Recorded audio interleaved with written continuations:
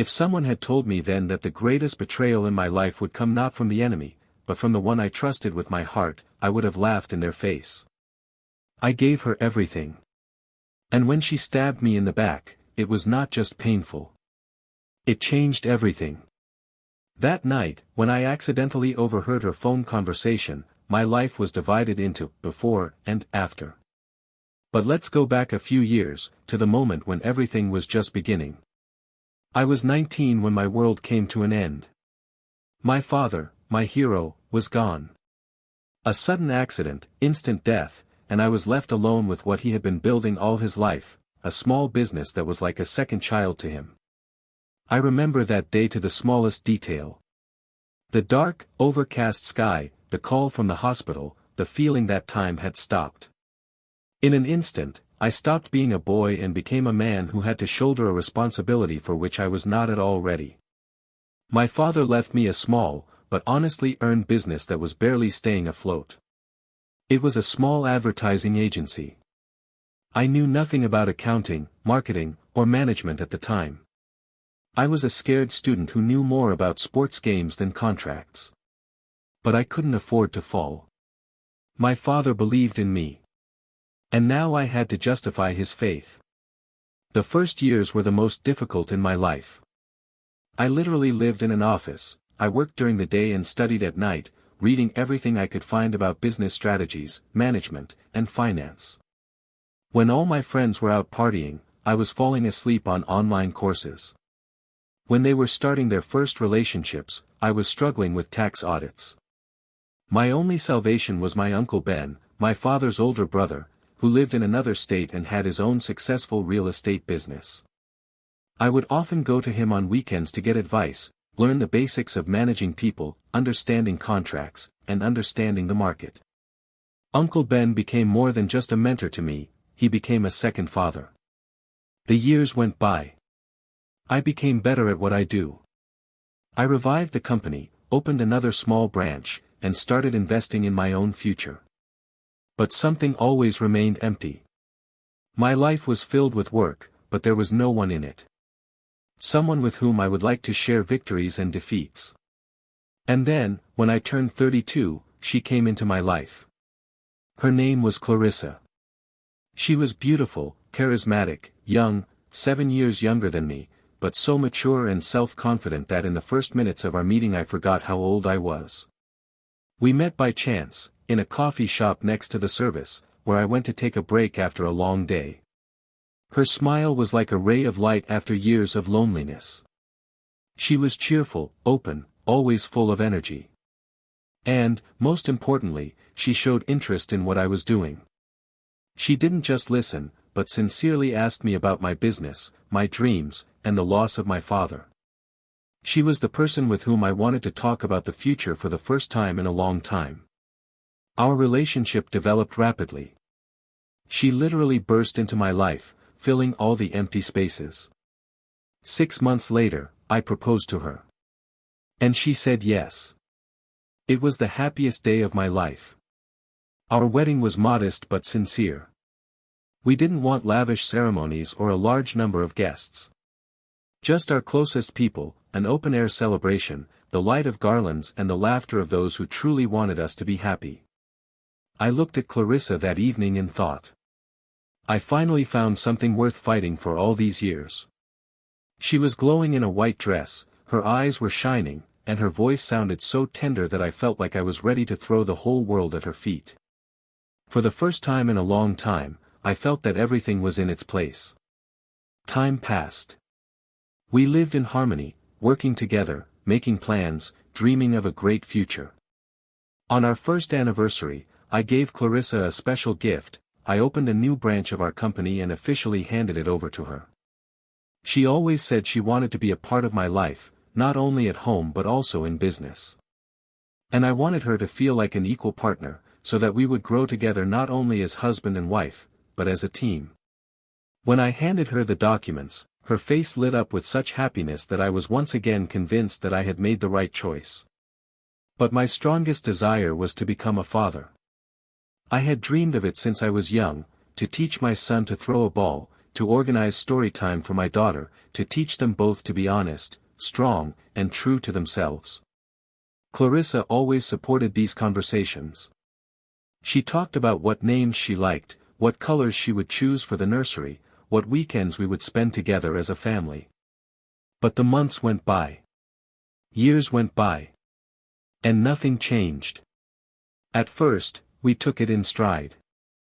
Just a little more time, we need less stress, everything will happen when the time comes, we comforted each other.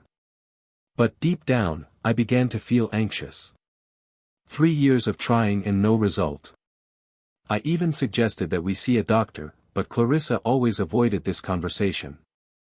It's too early to panic, she would say with a slight smile, we'll make it. I believed her. I wanted to believe her.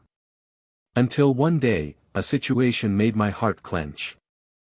I came home early from an important meeting. Clarissa wasn't home. I walked past the bathroom and happened to notice a small package peeking out of the makeup bag. Birth control pills. My heart sank. I stood in the bathroom looking at the little box that was destroying all our dreams together. When Clarissa came home, I tried to stay calm. Clarissa, what is this?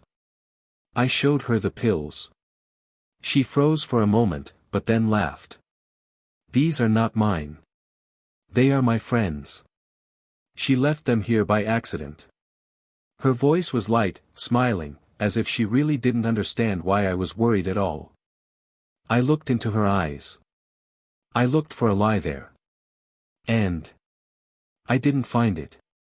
I was in love and trusting. My mind was still trying to put it all together, but my heart was already whispering, trust her. She would never betray you. And I believed it. How wrong I was. We continued to live as if nothing had happened. I plunged back into business, went on business trips, developed investment projects with my uncle in the neighboring state. All this time, I thought, maybe I was just too suspicious. Maybe love is really stronger than doubt. But fate was preparing a new blow for me. The one after which it was impossible to close my eyes. Sometimes life is not broken by a loud explosion. Sometimes it is just a whisper behind your back. A whisper that tears your soul worse than any scream. I returned home earlier than I had planned. The road was empty, the night was dark and quiet. I thought how much I missed Clarissa. How I wanted to see her smile, to hug her, to tell her that we had closed a big deal and that our future was even closer than I had dreamed. I stopped the car in the driveway. Without turning on the light, I quietly opened the door and entered the house. The living room was lit by a dim lamp. Clarissa's voice was coming from the kitchen. I was about to greet her when I heard my name. And something in her tone made me freeze. I froze in the hallway. I hid around the corner like a thief in his own house.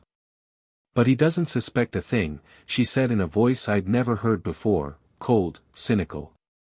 As soon as the paperwork for another branch in Minnesota is done, I'll leave him. Half the business, half the money, and I'm free. I stood there, around the corner of the corridor, as if petrified. The blood was pounding in my ears. Her friend on the other end of the line laughed. Are you sure he doesn't realize? He's blind, Clarissa answered, he sees in me what he wants to see. A perfect wife, a faithful companion. I don't have the strength to convince him that everything is fine, and that the time will come when we will have children. He still believes that I plan to have children with him, too. I leaned against the wall, trying to breathe. Every word hit me in the face. Children. So many times I imagined holding our daughter or son in my arms. I believed every promise she made, every hint that she wanted it too. And now I realized, all those conversations were just a cover. As soon as we formalize everything legally, she continued coldly, I will divorce him. Half of the business is mine and there will be no more pretending. Our marriage was just a game for her. I stood there, and it seemed to me that the air had become poisonous. Every breath hurt my lungs. I remembered the pills I had once found among her things. She played her role perfectly then, she laughed, swore that her friends had left them, that it meant nothing. And I believed her like an idiot. Because I loved her. Because I believed. Because I wanted to believe. Now I saw everything clearly. She had never planned a family with me. She never wanted children. Her plan was simple, to use me. I could feel something inside me cracking. Was it love? No, love was burning to ashes. Faith? It was disappearing faster than I could remember why I had ever trusted her. Other feelings took its place. Rage. Rage. A disgusting, hellish desire to tear apart everything she had built on my trust. I barely restrained myself from going into the kitchen, grabbing her hands and screaming in her face, "How could you?" But I knew it would be a mistake. If she was going to hit me, I had to hit her first. I left the house as quietly as I had entered. I got into the car. I started the engine. I drove to the first hotel on the outskirts of town. I didn't sleep that night. I lay there, staring at the ceiling, and went over every moment of our life together in my head. Our first meeting. Our first kiss.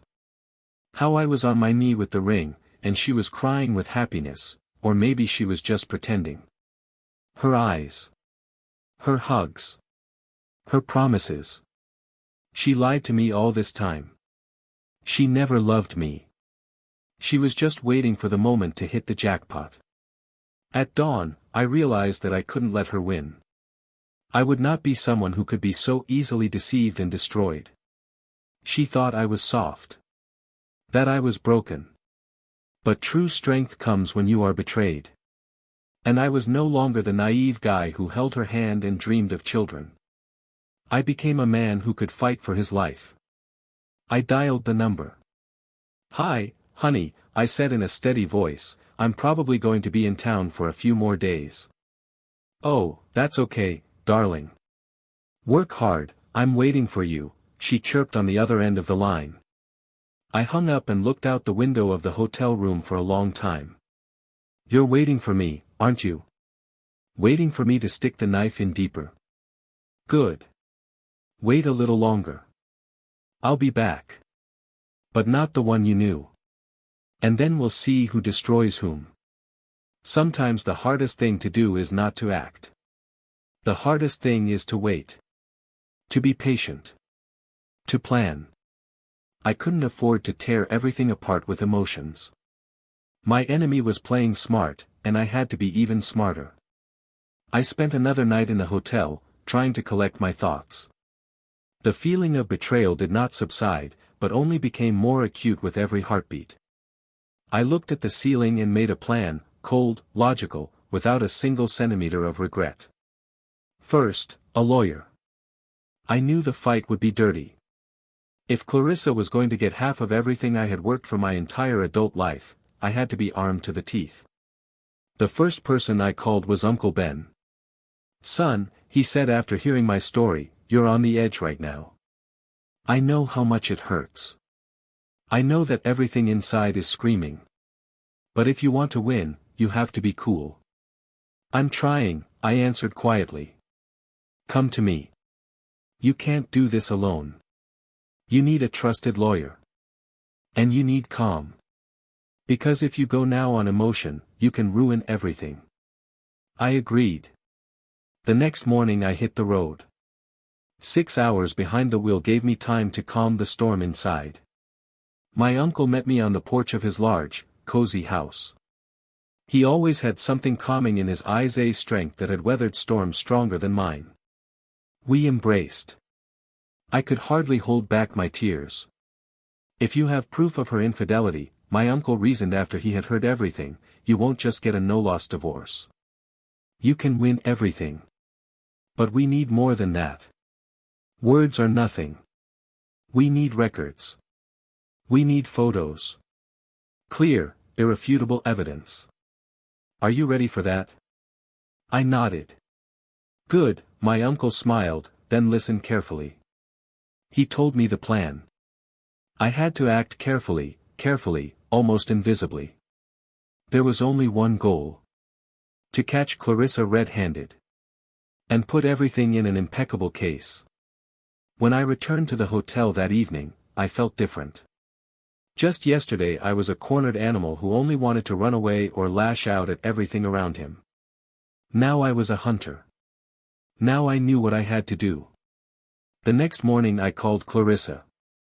"Honey," her voice rang with feigned joy, "how are you doing there? I missed you so much."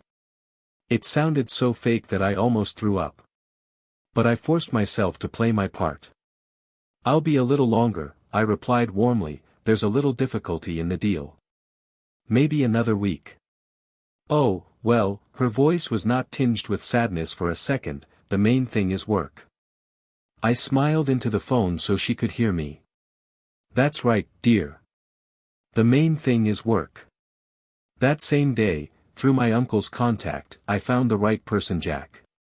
Jack was a real pro in his field. He installed hidden cameras, bugs, alarms. He was as elusive as a shadow. We met at a motel under the guise of a simple conversation about home security. "Are you sure you want to know the truth?" he asked me before signing the contract. I looked him straight in the eye. "I already know it," I said, "I just need confirmation." Jack nodded. "Then let's get to work." Within 3 days, he was working in my house, while Clarissa was out and about, and I knew it. I gave Jack my keys and waited for messages from him. In the bedroom. In the living room. In the kitchen. Even in Clarissa's office. Small cameras. Almost invisible. Audio recordings with crystal clear sound. No one would have guessed that behind this perfect picture of domesticity there was something so dirty. On the 4th day, everything was ready. I called Clarissa again. "Hello, darling. I have some bad news.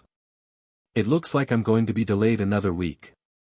"Oh, that's too bad," she sighed. But I could hear something else in her voice, a slight relief. Then I turned off the phone. I sat in the car in front of the motel. And for the first time in all this time, I felt real peace. The big game had begun. And now the ball was in my court. There are moments in life when everything around you stops. You sit in silence.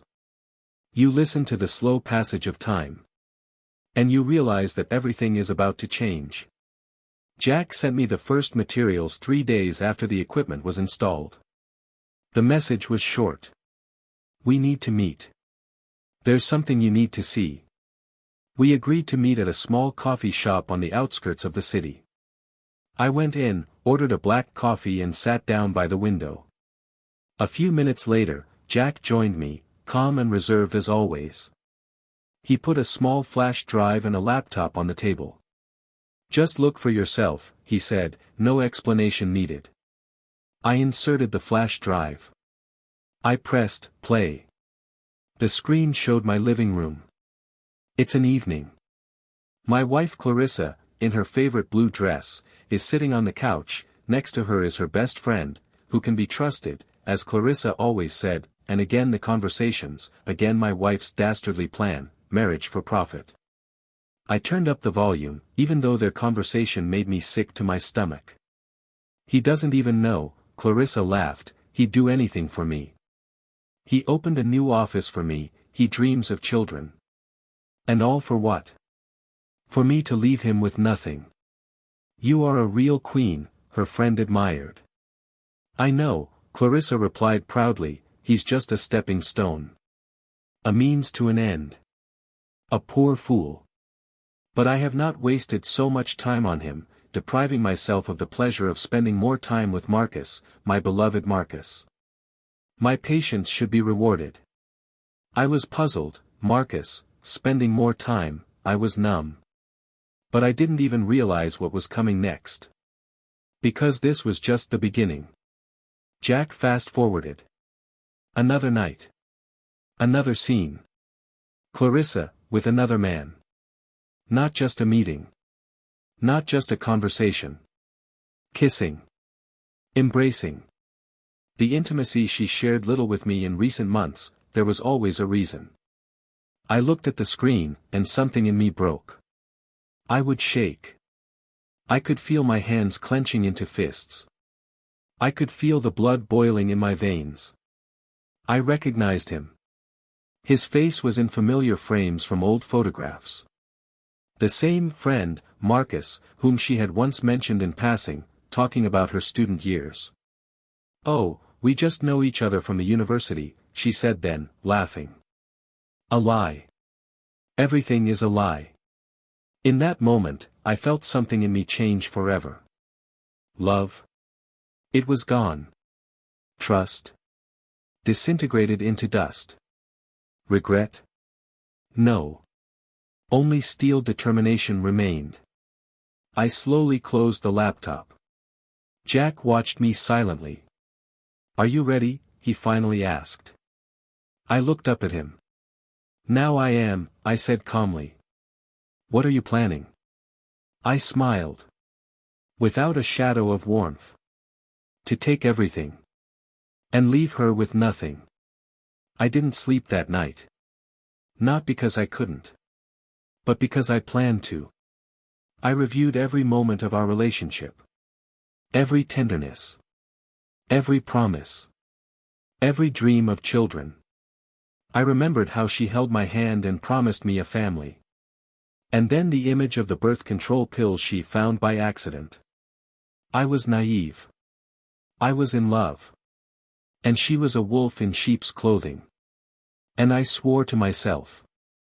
She will pay for everything. Not with screams. Not with scandals. But for real. Quietly. Cold. Ruthlessly. When a real betrayal is revealed to you in all its ugly essence, your heart does not clench with pain. It's from determination. Cold, unbreakable, like ice in your chest. The next morning I was already standing outside the office of the lawyer my uncle had recommended. Thomas Bennett. A name that was spoken with respect by those who had already won the most difficult wars once. A man who was not afraid of either dirty cases or high stakes. A predator among lawyers. His office was restrained, heavy dark wood furniture, thick carpets, the smell of expensive tobacco and strong coffee. There was no room for sentiment. Only cold calculation. Thomas listened to me carefully, not interrupting me, even when my words broke down into deafening anger. I told him everything about Clarissa, about the birth control pill, about her lies, about the cold betrayal that had been festering under the very skin of our relationship all these years. When I finished, Thomas just nodded. No surprise. No pity. Only cold professional focus.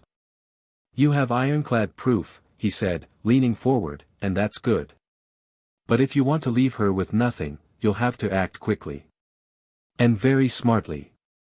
"I'm ready," I replied, and even I heard how icy my voice had become.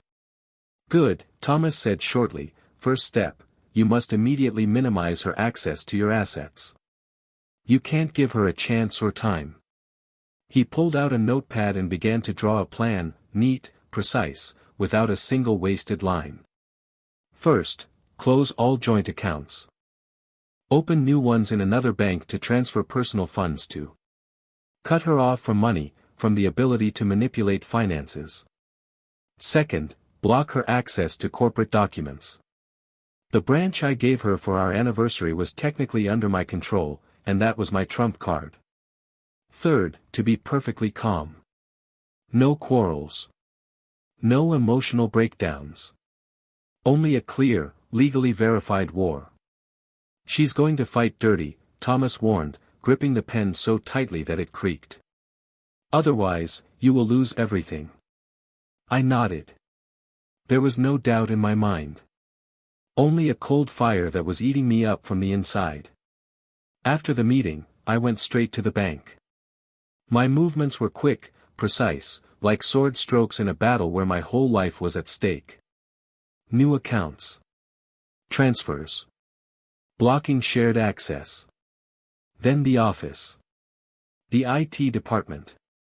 A temporary ban on Clarissa's access to the corporate network, under the pretext of a routine security check. I acted ruthlessly. With each signature, with each document, I felt everything she had built on lies coming apart at the seams. In the evening, I sat on the balcony, staring at the cold stars. Memories were spinning like a kaleidoscope in my head. Her smiles. Her warm eyes. Her hugs after hard days. And suddenly, like a blow under the breath, the memory of those pills. Birth control pills. She wasn't planning a family. She didn't plan to have children. All the talk of a future together was a lie. A nice fairy tale for the fool who believed in her sweet words. I remembered her assuring me, "I want children too. I dream of a little version of you." And how I felt like the happiest person in the world then. A naive idiot. I believed her. I believed her with all the strength of my heart. And now there's nothing left in that heart but pure, icy rage. Not the kind that makes you smash things. But the one that grinds the soul to a sharp, deadly blade. "She will not take a single cent from me," I said quietly, and my words dissolved into the cold silence of the night. I had sworn. I swore on the memory of my father, who had entrusted me with his business. I will destroy this game. I will expel it from my life like a contagion. The next morning I returned home. Clarissa greeted me with a dazzling smile, fake, sickeningly sweet. She threw her arms around my neck, chirping something about how much she missed me, how bored she was, how she was counting the hours until I returned. I put my arms around her. Coldly. Automatically. The mask on my face was perfect. Now I was playing her game. But with one difference. I was no longer her victim. I was now her sentence. And she didn't even realize that her time was running out. Sometimes the best way to defeat an enemy is to make them believe that they have already won. For the next few days, I played the role of the perfect husband. I gave Clarissa flowers for no reason. I planned little evenings at home, wine, her favorite movies, her favorite food. I listened to her with a smile, agreed to everything that I could have argued about before. And she believed me. Oh, how she believed. Clarissa blossomed, she stopped hiding from phone calls, she laughed more often than she had in the last year. Her eyes grew confident. She thought I was broken. That I was tamed. That it was safe to continue with her plan. More than that, she expected her plan to come to a happy conclusion. Meanwhile, I continued to gather evidence. Every phone call she made was now being recorded. Every meeting outside the house, every girls' night out, everything was on the hidden camera footage, in the car and at home. I saw how often she went to the same hotel outside the city. How her friends helped to cover her meetings with her real lover, the same old acquaintance from her student days. I heard conversations where she shared her plans for the future. "You just have to be patient a little longer," she would whisper on the phone, "he's getting ready to buy a new house himself. He's going to take care of the paperwork. And then, bam! I'll file for divorce, and half of it will be mine." She was laughing. Such a happy, ruthless laugh. I was sitting in my car listening to these records, gripping the steering wheel so hard that my knuckles were white. And at that moment, I didn't feel pain anymore. Only cold. I didn't love her anymore. Love burned quickly and completely, like dry leaves in a fire. All that was left was the desire to end everything right. To put a bold point on this story. The plan grew in my head like a new foundation. I consulted Thomas about every step I was going to take. Everything had to be legal, flawless, and without a chance of being challenged. The next week, I formalized the census of corporate rights to my new firm in my uncle's state, legally separate from all the assets we could share. I sold the extra cars and invested in closed-end funds that only I had access to. I removed Clarissa from all joint real estate documents. She didn't even know about it. And all the while, I was smiling. I kissed her goodnight. I told her how happy I was that we were together again. I was preparing the assault. The night came that changed everything. Clarissa was sitting on the couch with a glass of wine, serenely scrolling through her phone's feed. I walked into the living room and spoke calmly. "We need to talk." She looked up at me, slightly surprised. I sat down across from her. Her hands were clasped in her lap. My voice was even. Calm. "I filed for divorce, Clarissa," I said. Her smile disappeared. The hand with the glass froze in midair. "What?" she whispered in disbelief. "I know about everything," I continued. "About the lover. About the plan to take half the business. About the birth control pills you were hiding." Her face went white. "I have all the evidence. The lawyer is preparing the documents for the court." She sat there, mute, staring at a spot on the wall. I stood up. "You sign the divorce on my terms. Or we go to court. And you won't get a cent there." The silence pressed on my ears. "You have no right," she finally exclaimed, her voice trembling. "You're right," I nodded coldly, "I don't have the right. I have a plan. And now, Clarissa, you will see what it means to lose everything." I left her sitting there, broken, frightened, unsupported. That was only the beginning. The next stage is the real war. Clarissa disappeared from the house the next day. No words. No scenes. Just a short note thrown on the kitchen table. "I don't deserve this humiliation." I smiled bitterly as I looked at those crooked lines. "You deserve much more than mere humiliation, Clarissa." My lawyer, Thomas, was already working at full capacity. The divorce papers were almost ready. A division of property without any claims on her part. Complete relinquishment of any rights to the business. Reimbursement of all legal expenses. We knew she wouldn't go down without a fight. But I was no longer that naive guy who could be led by the nose. In the first few days, her attempts at manipulation came one after another. Tearful messages. Fake apologies. Snotty stories about our true love and ridiculous mistakes. "We can fix everything." It was a mistake, I was confused. "You can't throw away 3 years of our lives like that." I did not respond. Not to any of these messages. I knew that every word she said was a hook she was trying to catch me again. Every plea she made was like rust falling off a facade behind which there was nothing else, only naked, disgusting greed. I no longer saw her as the woman I once loved. I saw only a cunning swindler who had lost control of the game. But the real shock came a week later. I was sitting in my car waiting for coffee when my phone vibrated. A message from my lawyer.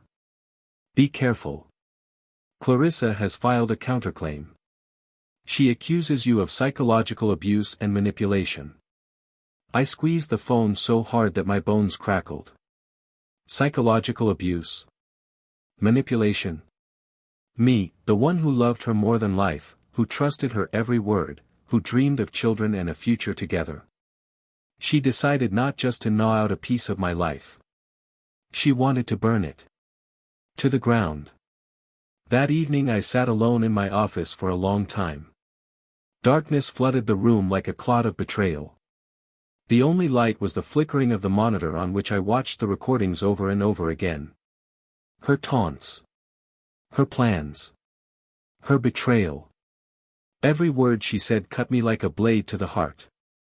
Fool. A naive fool. I'll squeeze everything out of him. These tapes became my weapon. My truth. My only shield in this war. I sent everything to Thomas without hesitation. Audio files. Videos. Screenshots of chats. Documents about the installation of surveillance systems, all done legally. The only thing I heard from Thomas was a long whistle on the other end of the line. "We have everything we need," he said, "she's going to regret trying to play dirty." I didn't sleep that night. And for several days before the first meeting, I wandered around in a strange state. I was working mechanically, clearing up urgent matters at work, trying to distract myself. I answered the phone. I solved issues. I signed papers. For a long time, I could not understand whether I was devastated or vice versa. I was so cleansed of dirt that I felt unusually light. Every evening I went to the gym. I hit the punching bag until I was completely exhausted. Blood was pounding in my ears. Every punch was a piece of my anger, my despair, my naivety that I was throwing out. For each of her treacherous words. For every night when I dreamed of a family, and she just smiled, thinking about other people's money. For every year I devoted to her instead of taking care of myself. Sweat flooded my eyes, my fists bruised, but I didn't stop.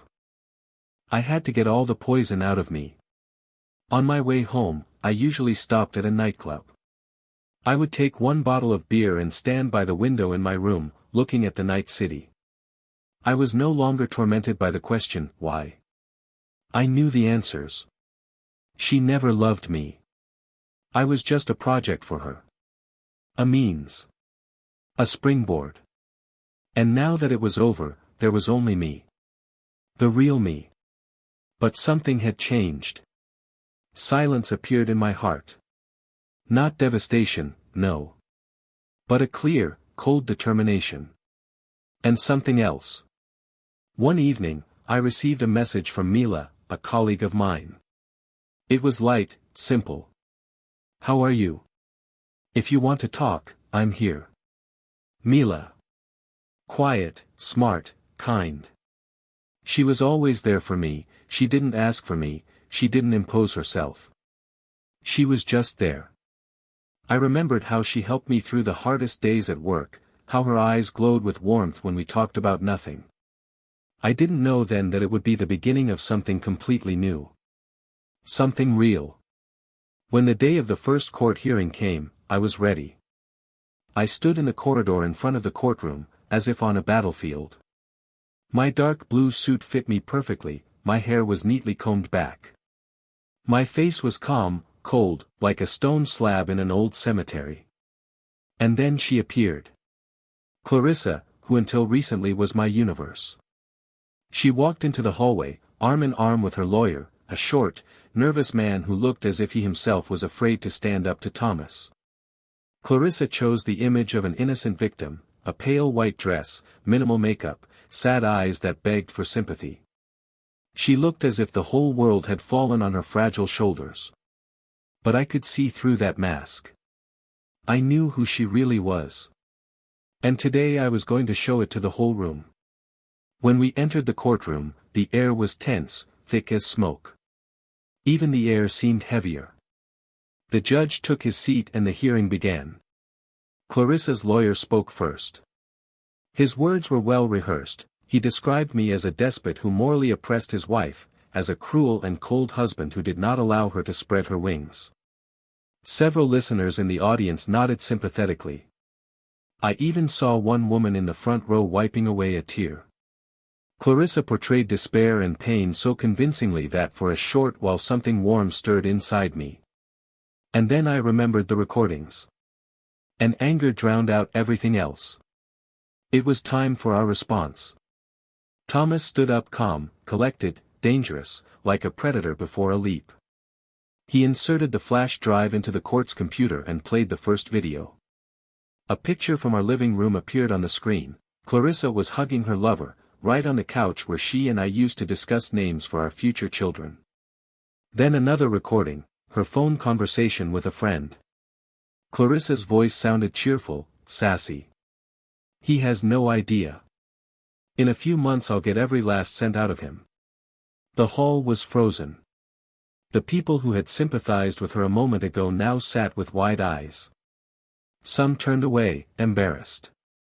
Clarissa's lawyer stood up convulsively, trying to object, but his words were drowned in a heavy silence. Clarissa was getting paler by the second. Her lips trembled. She looked around for support, for at least one sympathetic look. But now only emptiness answered her. Even those who had once been on her side looked away. Clarissa had built this trap herself. And now she was the only one who was drowning in it. The judge sighed heavily, took off his glasses, wiped his eyes, and announced the decision. Full satisfaction of our claim. All her claims are dismissed. Compensation for legal costs at her expense. I stood silently, not showing a drop of emotion. No triumph. No joy. Only cold, heavy relief. After the meeting, I went outside. The spring air was fresh and smelled like rain. Drops began to edge on the asphalt. I closed my eyes and took a deep breath. It was the end. Or at least the end of that part of my life. A new beginning was ahead. In the meantime, I clutched my phone and for the first time in a long time felt that I was not alone in this fight. I was standing on the steps of the court, breathing in the fresh air, when I noticed a familiar face in the crowd. Mila. A colleague of mine. She stood off to the side, wearing a simple light dress and a light jacket, clutching a small bag of coffee. Her eyes, always warm, now shone with a special soft light. When our eyes met, she smiled shyly and came closer. "Hi," she said, a little hesitantly, "I was in the neighborhood and I just thought you might need some coffee. And support." I took the glass from her hand, feeling an unexpected warmth spread through my chest. Not from the coffee. It was from her. "Thank you, Mila," I said quietly, "I really need some kind words of support right now." She clutched the strap of her purse, as if gathering her courage, and suggested. "How about we go out tonight? Let's celebrate your well-deserved triumph, at least a little. No pressure. Just sit and talk." I looked at her for a long time, silently. Deep down, I knew I wasn't ready for a serious relationship. My faith in love was chipped like a broken glass. I couldn't just fall in love again. But right now I didn't need love. I needed support. Warm conversations over a cup of coffee. Light laughter. The company of a person who does not lie, does not manipulate, does not play a role. I needed to feel that I was not alone. "I'd be happy to," I finally answered. Mila's eyes lit up. "Then. I'll see you tonight. I'll text you. I'm waiting." She waved at me and quickly disappeared into the crowd, leaving behind the light scent of her perfume, the scent of fresh jasmine and mint. They say that freedom comes with a price. But no one warns you that after defeating betrayal, an even harder test comes, finding yourself among the rubble. After the trial, I did not return home. I didn't even want to see the house that used to be a fortress for me, but now reminded me of betrayal, pain and humiliation. I took only the most necessary things, my documents, a few changes of clothes and my father's photo, which was always on my desk. Everything else, everything we had built together with Clarissa, lost all value. I rented a small apartment near a business center. There was nothing special about it: white walls, creaky cabinet doors, cracked tiles in the bathroom. But for me, this emptiness was better than any luxurious house where every corner smelled like a lie. It was my new beginning. That evening, I met Mila in a small cafe outside the city, away from familiar faces. The lights were dim, the atmosphere was warm and cozy. We laughed a lot. We talked about everything and nothing: childhood dreams, ridiculous situations at work, favorite movies. And for the first time in a long time, I didn't feel a burden on my shoulders. I did not feel anger, anxiety, or pain. I felt like I was living. Our meetings became regular. At first, by chance, just to stop by for coffee after work. Then purposefully, long evenings in parks, small cafes, walks around the city under the evening lights. I saw Mila listening to me attentively, without judgment or hidden agendas.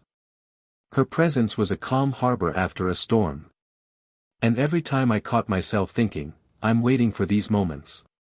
I'm waiting for her laugh. Her look. Her quiet, "How are you today?" Without any tricks or masks. One evening, when we were sitting on a bench by the river, watching the water carry away the autumn leaves, Mila gently took my hand. Her fingers were warm and gentle. "You've been through a lot," she said quietly, as if afraid to spoil the moment, "but it's not over yet. And you don't have to fight alone all the time." I looked at her. There was no pity in her eyes. Only understanding. And a sincere desire to be close. And at some point I realized. I don't want to look back anymore. I want to go forward. And maybe this time, not alone. I had another chance. And the question now was, what am I going to do with this second chance? I began to invest even more in business, self-development, and I needed it most of all. Ideas for new businesses. Sketches of startups. Records of late-night thoughts about what I could do even better. And I realized that I wanted to reinvent myself. While I was working on a new project, I felt the fire in my blood returning. And she was a great support in my new endeavors, Mila. She lit me up and gave me hope that life was not over. One evening I got a call from my uncle. "I hear you've finally woken up," he laughed. "Maybe so," I smiled. "Well, boy. Now it's time to make your own name. Not as your father's heir. And not as a shadow of the past. But as a man who rose from the ashes." I listened to him and felt a firm determination grow in my chest. "It will be done.